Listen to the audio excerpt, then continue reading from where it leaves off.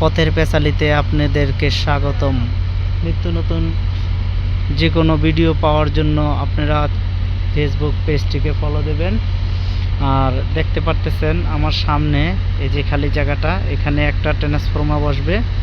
আর এখানে যে কেবলগুলো দেখতে পাচ্ছেন 14টা কেবল, সব সিঙ্গেল কোর 400 mm এর। তো আমি যে এখানে কাজ করি, আমি হলো ওই সামনে সাবস্টেশনে কাজ করি, আর এটা আরেকটা সাবস্টেশন।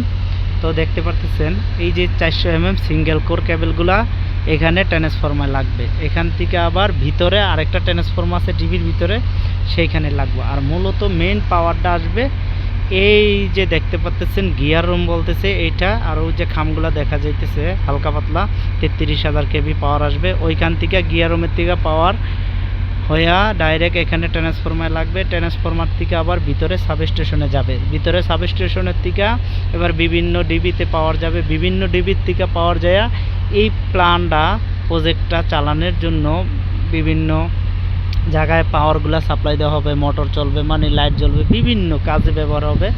তো এখান থেকেই সেই মানে বিদ্যুৎ পাস হবে।